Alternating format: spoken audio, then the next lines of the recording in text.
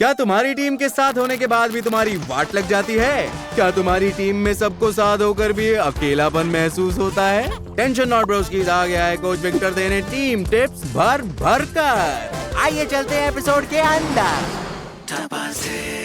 Season 2। Tip 1, साफ communication, साफ game play.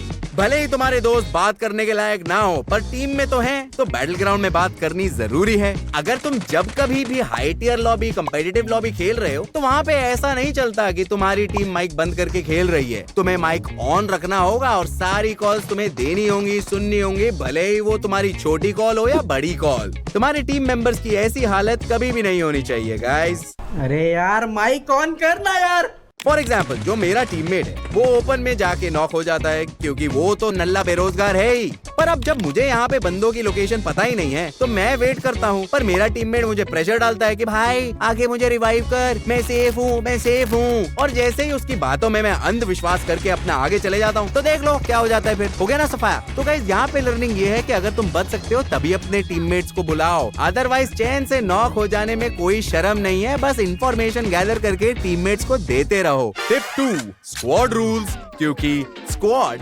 Rules.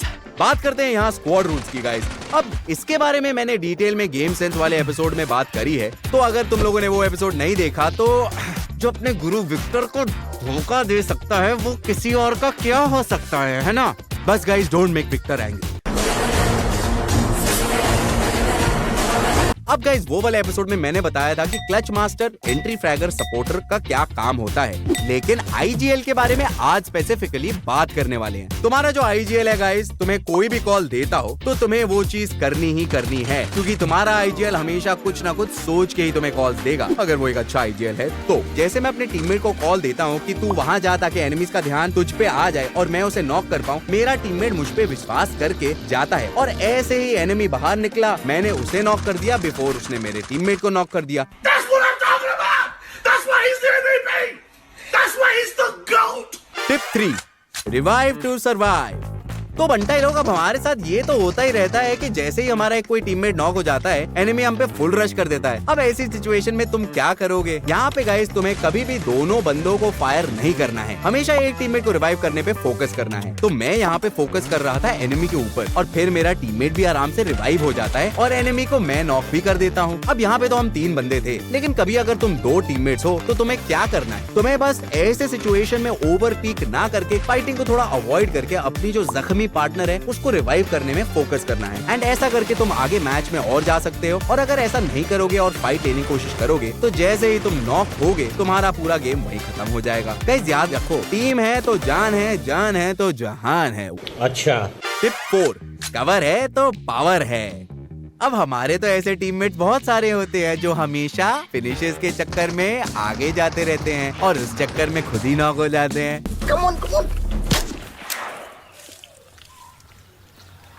तो ऐसा तुम्हें बिल्कुल नहीं करना है गाइस। अगर सीरियस खेलना है, अपने टीममेट्स के साथ अच्छा डिस्टेंस तुम्हें बना के रखना है, ताकि अगर तुम कभी भी किसी पर रश कर रहे हो या तुम पे कभी रश हो रहा है तो तुम्हारे जो पीछे वाले टीममेट हैं वो तुम्हें कवर दे सकते हैं और तुम वहाँ पे फिनिश होने की बजाय बच सकते हो। अब यहाँ पे गाइस देखो, मैं अपने टीममेट को थोड़ा आगे जाने देता हूँ क्योंकि उसको ज्यादा जल्दी थी, और जैसे ही वो नॉक होता है मैं उसे कवर देने के लिए फटाफट से आ जाता हूँ और नॉक करके अपने टीममेट को बचा लेता हूँ। तो गाइस, अगर तुम्हारी स्क्वाड में ऐसे अति उत्सुक दोस्त हैं तो उनका ध्यान रखना, तुम्हारे को अपना हैबिट बनाना पड़ेगा। वो एक हैबिट रहता है जो वाह वाह, क्या बात है। हैबिट बनाना पड़ता है। हाँ। तुम तो अकेले खेलते हो, तुम्हें क्या पता टीममेट की इम्पोर्टेंस। मुझे तो हमेशा तुम्हारे साथ खेलने का मन करता है। क्या?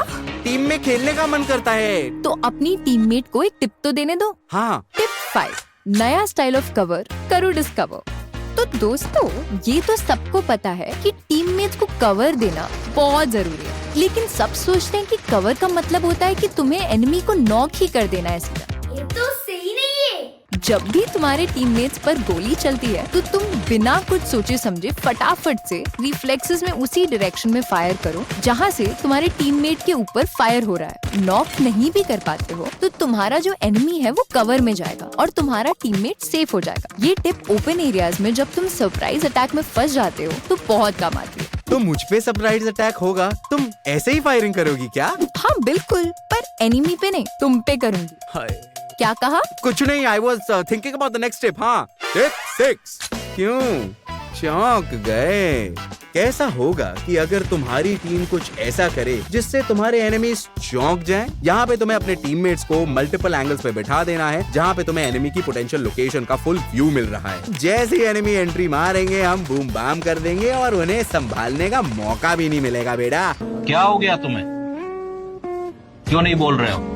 पर याद रहेगा यहाँ पूरी टीम को एक टाइम पे फायर करना है, ठीक है ना? कम्युनिकेशन जो है अच्छी रखनी जरूरी है, क्योंकि एक साथ फायर करने पे ही एनिमी को जो संभालने का मौका जो है वो बहुत कम मिलता है। और बिना किसी मेहनत के फिनिशेस चाहिए, स्क्वाड वाइप करना है तो विक्टर की ये टिप टैटू करवा लेना।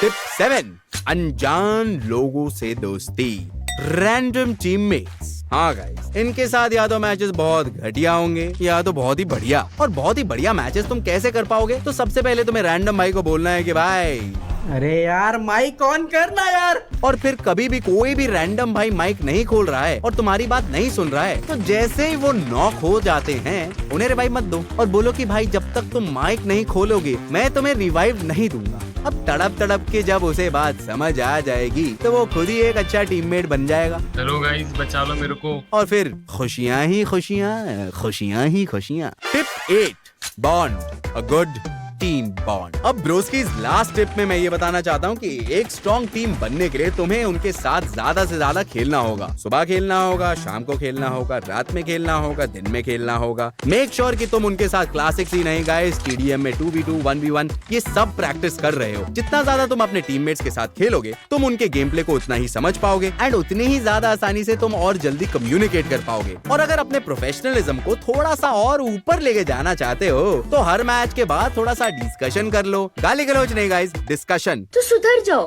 सुन लो मेरी बात। अब ये सारी चीजें करने से इतने मसल मेमोरी में अपने रिफ्लेक्सेस पे और अपने इंस्टिंक्ट्स पे ज्यादा खेलोगे, ना कि एक दूसरे से लड़ने झगड़ने में। और याद रहे गाइस, तुम्हारी टीम की खुशी में ही तुम्हारी खुशी है। आज का पजल है कि सिचुएशन कुछ ऐसी है कि मैं और मेरा टीममेट होते हैं इस कवर में और हमारा जो एनिमी है वो ऊपर यहाँ पे कैंप करके बैठा होता है। अब एनिमी इसी बीच में टीममेट को तो नॉक कर देता है, लेकिन अब यहाँ पे सोचने वाली बात ये थी, क्या मैं अपने एनिमी पे फायर करूं या पहले मैं अपने टीममेट को रिवाइव करूं? अब सोच समझ के मुझे बताओ कमेंट सेक्शन में कि तुम इस सिचुएशन में होते तो क्या करते और क्यों, और मैं शायद तुम्हें रिप्लाई कर दूं या कमेंट फिर कर दूं। अब तुम लोग अच्छी टीम तो बन ही जाओगे, पर क्या विक्टर को भूल जाओगे? ना ना ना ना, ऐसे लाइफ में कहीं आगे नहीं जा पाओगे। अच्छे भाई और पंटर होने का काम करो ना, और लाइक शेयर और सब्सक्राइब कर दो तो हम बहुत खुश हो जाएंगे, ताकि मैं तुम्हारे पास लौट आऊं to improve your game play. Bye bye.